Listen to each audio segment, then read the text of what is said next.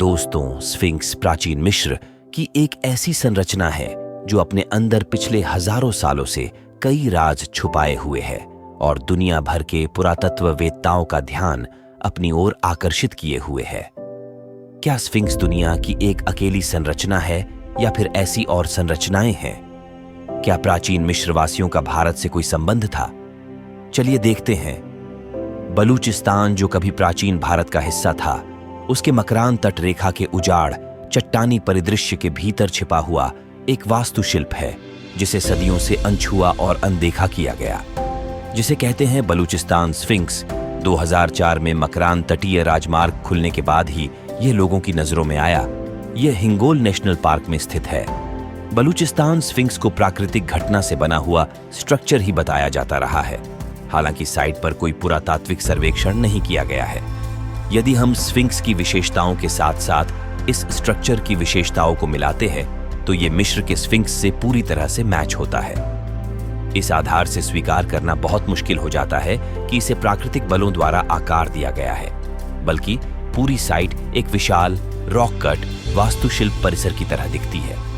मूर्तिकला पर एक नजर डालने से पता चलता है कि स्फिंक्स में एक अच्छी तरह से परिभाषित जबड़ा है और स्पष्ट रूप से चेहरे की विशेषताएं जैसे आंखें, नाक और मुंह हैं, जिन्हें एक दूसरे के सही अनुपात में रखा गया है। स्फिंक्स एक हेडड्रेस में सजाया गया प्रतीत होता है, जो मिस्र के फिरौन की नेम्स हेडड्रेस से काफी मिलता जुलता है। नेम्स हेडड्रेस एक धारीदार हेडक्लॉथ है जो मुकुट और सिर के पीछे को कवर करता है। इसमें दो बड़े विशिष्ट फ्लैप हैं जो कानों के पीछे और दोनों कंधों के सामने लटकते हैं। कान फ्लैप को बलूचिस्तान स्फिंक्स पर स्पष्ट रूप से देखा जा सकता है। स्फिंक्स में माथे के पार एक क्षैतिज नाली होती है जो फेरोनिक हेडबैंड से मेल खाती है, जो नेम्स हेडड्रेस को जगह पर रखती है।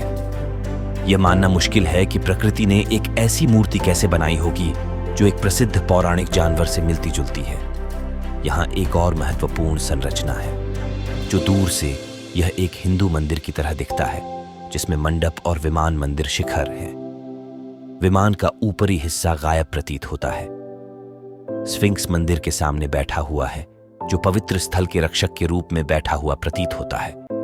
प्राचीन वास्तुकला में स्फिंक्स ने हमेशा एक सुरक्षात्मक कार्य किया और आमतौर पर मंदिरों और पवित्र स्मारकों के प्रवेश द्वार के दोनों ओर जोड़े में रखा गया। प्राचीन मिस्र में स्फिंक्स में एक शेर का शरीर था। इसे हमेशा मंदिरों या पवित्र स्थानों के संरक्षक के रूप में माना जाता था।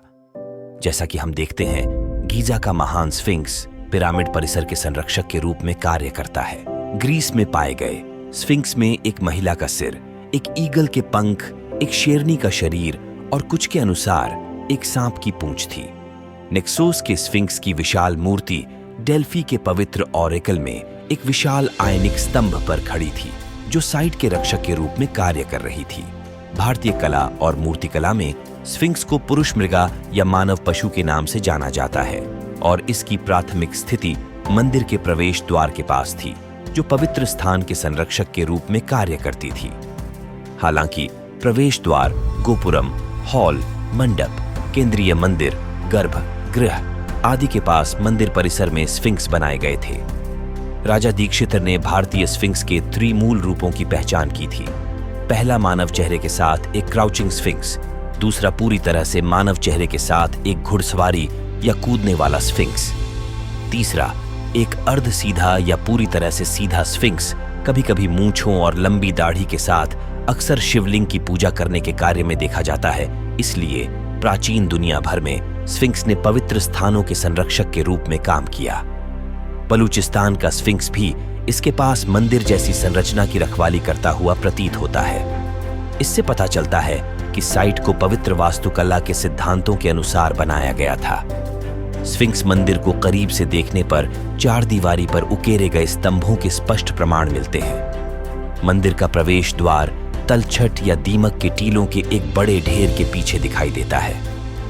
नक्काशी भारी रूप से नष्ट हो गई है, जिससे उनकी पहचान मुश्किल हो जाती है, लेकिन ऐसा लगता है कि बाईं ओर की आकृति कार्तिकेय की हो सकती है, जो अपना भाला पकड़े हुए हैं, जबकि दाईं ओर की आकृति एक घुड़सवार गणेश हो सकती है। संयोग से कार्तिकेय और गणेश दोनों शिव के पुत्र हैं, जिसका अर्थ है कि मंदिर परिसर शिव को समर्पित हो सकता है। हालांकि इस स्तर पर कोई भी पहचान काल्पनिक है, फिर भी मूर्तिकला आकृतियों की उपस्थिति इसे मानव निर्मित संरचना होने के लिए अधिक वजन देती है। स्फिंक्स मंदिर की संरचना से पता चलता है कि यह वास्तव में एक गोपुरम यानी एक मंदिर का प्रवेश द्वार हो सकता है। स्फिंक्स मंदिर की तरह गोपुरम आमतौर पर सपाट होते हैं। गोपुरम में सजावटी पत्थर या धातु के बर्तन की एक पंक्ति होती है जो शीर्ष पर व्यवस्थित होती है।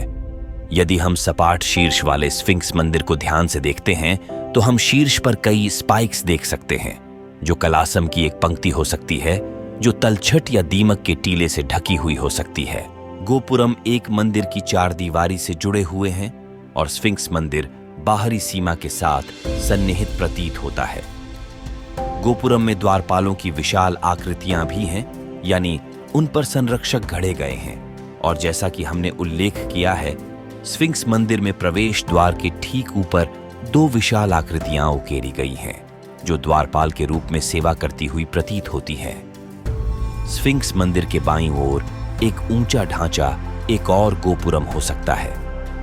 इसका तात्पर्य यह है कि एक केंद्रीय आंगन की ओर जाने वाली कार्डिनल दिशाओं में 4 गोपुरम हो सकते हैं, जहां मंदिर परिसर का मुख्य मंदिर बनाया गया था, जिसे तस्वीर में नहीं देखा जा सकता है।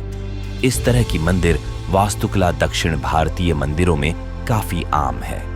स्फिंक्स मंदिर का ऊंचा मंच, जिस पर स्फिंक्स और मंदिर स्थित हैं, स्तंभों और एक सममित पैटर्न के साथ विस्तृत रूप से उकेरा गया प्रतीत होता है, जो मंच के पूरे ऊपरी हिस्से में फैला हुआ है।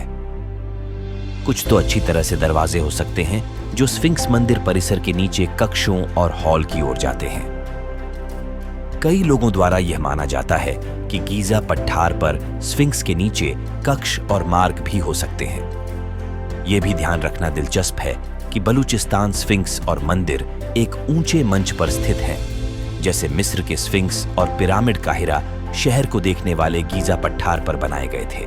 इस साइट की एक और विशिष्ट विशेषता उन्नत मंच की ओर जाने वाले चरणों की एक श्रृंखला है।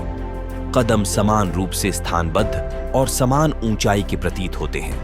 पूरी साइट एक भव्य रॉक कट वास्तुशिल्प परिसर की छाप देती है, जिसे तत्वों द्वारा नष्ट कर दिया गया है और तलछट की परतों से ढका हुआ है, जो मूर्तियों के अधिक जटिल विवरणों को छिपाता है। तो क्या साइट पर इतना तलछट क्या जमा हो सकता था? चलिए देखते हैं। बलूचिस्तान का मकरान तट एक भूकंपीय रूप से सक्रिय क्षेत्र है, जो अक्सर भारी सुनामी पैदा करता है, जो पूरे गांवों को नष्ट कर देता है। यह बताया गया है कि 28 नवंबर 1945 के भूकंप, जिसका केंद्र मकरान के तट से दूर था, ने कुछ स्थानों पर 13 मीटर तक ऊंची लहरों के साथ सुनामी का कारण बना। इसके अलावा मकरान तट रेखा के साथ कई मिट्टी के ज्वालामुखी बिखरे हुए हैं, जिनमें से एक गुच्छा हिंगोल नदी के डेल्टा के पास हिंगोल नेशनल पार्क के भीतर केंद्रित है।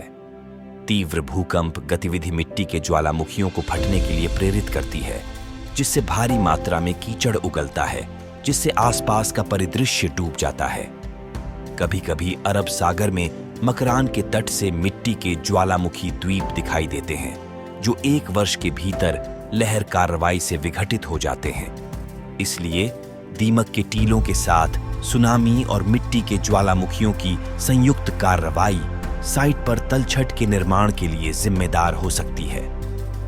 जब चीनी तीर्थयात्री ह्वेनसांग ने 7वीं शताब्दी ईस्वी में मकरान का दौरा किया, तो उन्होंने कहा कि मकरान में उपयोग की जाने वाली लिपि भारत के समान थी, लेकिन बोली जाने वाली भाषा भारत से थोड़ी अलग थी। इस प्रकार ह्वेनसांग के विवरणों के अनुसार 7वीं शताब्दी ईस्वी में भी मकरान तट सैकड़ों बौद्ध मठों और गुफाओं के साथ साथ कई सौ हिंदू मंदिरों से युक्त था, जिसमें भगवान शिव का एक समृद्ध मूर्तिकला मंदिर भी शामिल था। मकरान तट की इन गुफाओं, मंदिरों और मठों का क्या हुआ?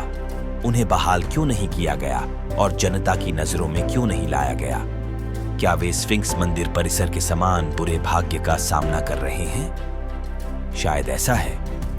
तत्वों द्वारा नष्ट और तलछट से ढके हुए इन प्राचीन स्मारकों को या तो पूरी तरह से भुला दिया गया है या प्राकृतिक संरचनाओं के रूप में पारित किया जा रहा है। सवाल यह है कि मकरान के ये मंदिर कितने पुराने हैं। सिंधु घाटी सभ्यता मकरान समुद्र तट के साथ फैली हुई है और इसके सबसे पश्चिमी पुरातात्विक स्थल को ईरानी सीमा के पास सुतका गेंडोर के रूप में जाना जाता है। स्फिंक्स मंदिर परिसर सहित इस क्षेत्र के कुछ मंदिर और चट्टानों को काटकर बनाई गई मूर्तियां हैं, इसलिए सिंधु काल 3000 ईसा पूर्व के दौरान या शायद उससे पहले बनाई जा सकती थीं। यह संभव है कि साइट को चरणों में बनाया गया था, जिसमें कुछ संरचनाएं बेहद पुरानी थीं और अन्य तुलनात्मक रूप से हाल ही में थीं। हालांकि शिलालेखों की अनुपस्थिति में रॉक कट स्मारकों की डेटिंग मुश्किल है।